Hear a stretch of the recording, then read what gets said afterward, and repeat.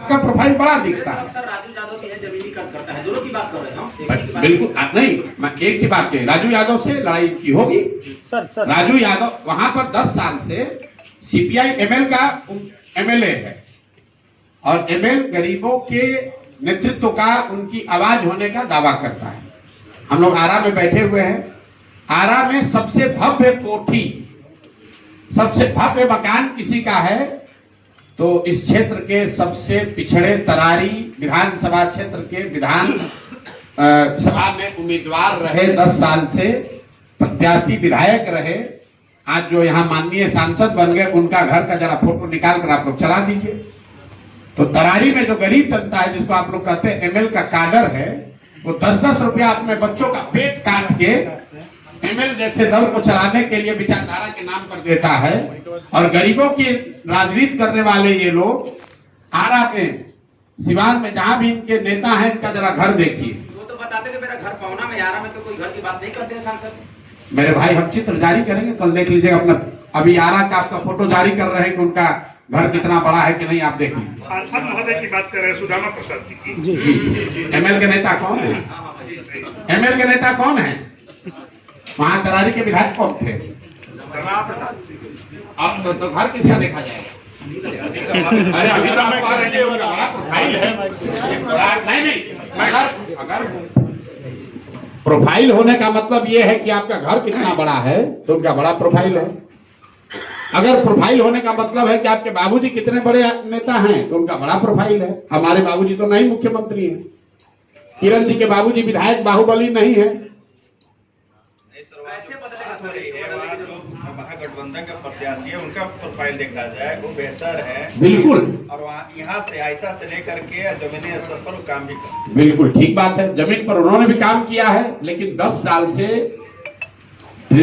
तरारी की जनता जिसको उम्मीदवार चुनकर बनाई है विधायक, उनसे सवाल पूछा जाएगा कि नहीं कि 10 साल में आपके दल ने क्या किया। राजू यादव जी वहां से निर्दलीय उम्मीदवार नहीं है, वो माले के उम्मीदवार हैं। तो ये तो पूछा जाएगा ना कि माले के विधायक ने 10 वर्ष में तरारी की जनता के लिए क्या किया। ये पूछने का लोकतांत्रिक हक तो सबको है।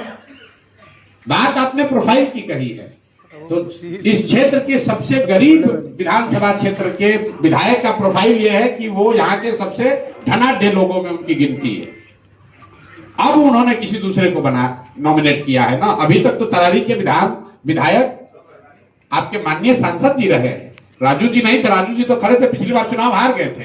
कितने बड़ा प्रोफाइल वाले हैं, तो पिछली बार क्षेत्र की जनता ने तो उनको हरा दिया था। चलिए ठीक है भैया, बहुत बहुत धन्यवाद। एक सवाल है सर, देश की एक बड़े पार्टी ने 2014 में आपको डिस्कस किया था, आपने टू करा दिया था। अब क्या ये कोई बात नहीं सर, एक सवाल नहीं, ये मैंने क्लैरिफाई किया था पहले वाले प्रेस कॉन्फ्रेंस में ही बोला था आपका यही सवाल।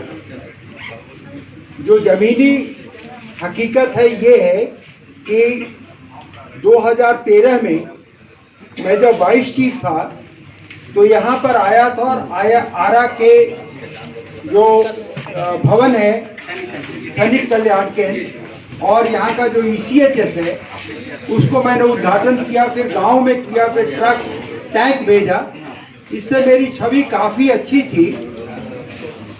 लेकिन कोई भी पॉलिटिकल ऑफर आने से पहले मेरे को आर्म फोर्सेस ट्रिब्यूनल में जज का अपॉइंटमेंट मिल चुका था। उसको छोड़ करके मैं किसी पॉलिटिक्स में जाने की आशा नहीं थी। जब सर्कमस्टांसेस मेरे चेंज हो गए और मेरी वाइफ भी नहीं रही कोविड के बाद में, अब मैं खाली था, तो पहले आदमी जो मेरे को अप्रोच किए हैं वो प्रशांत किशोर जी हैं और इनको मैं बहुत दिनों से फॉलो कर रहा था।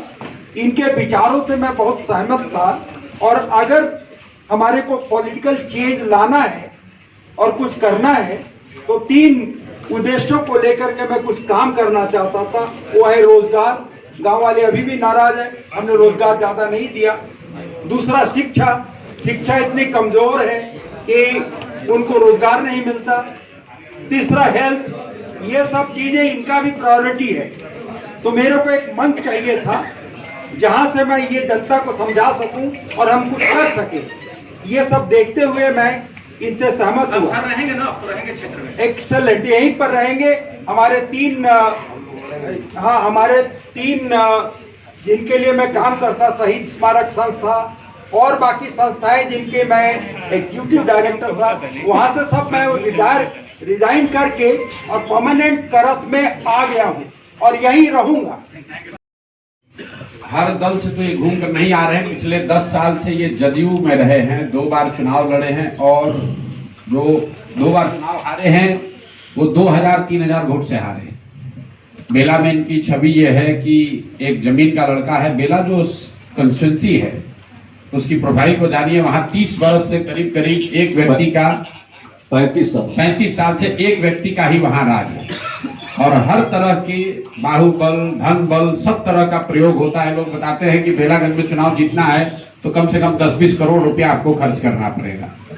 उस परिस्थिति में एक साधारण किसान परिवार का लड़का समाज के लिए लड़ रहा है। 1-2 बार हारे हैं और ये जनसुराज बेला में जितने लोग जनसुराज को जानते हैं उसमें अमजद भाई की बड़ी भूमिका है। ये आज से नहीं है, जनसुराज में पिछले कई महीनों से जनसुराज को लेकर घर घर इन्होंने काम किया है और हम लोगों ने जितना पता किया है, लोगों की ऐसी सोच है कि अमजद भाई बेहतर वहां कर सकते हैं और इसलिए इनको मौका दिया गया था। जैसा कि इन्होंने बताया, आर्थिक स्थिति, अदर परेशानियों की वजह से चुनाव 2 बार लड़ने के बाद जो स्थिति रही कि घर परिवार की भी चिंता करनी होती है, लेकिन सब लोगों ने मिलकर कहा है कि नहीं भाई आप लड़िए, एक बार फिर हम लोग आपके पीछे ताकत लगाएंगे। तो ये तैयार हुए हैं और इसके लिए मैं इनका शुक्रगुजार हूँ। उससे ज्यादा खिलाफत हुसैन साहब का शुक्रगुजार हूँ कि जब इनको पार्टी ने जिम्मेवारी दी तो जीवन भर मैथमेटिक्स पढ़ाने वाले प्रोफेसर ने कुंवर सिंह जी के तरह तलवार उठाया और मैदान में उतरे।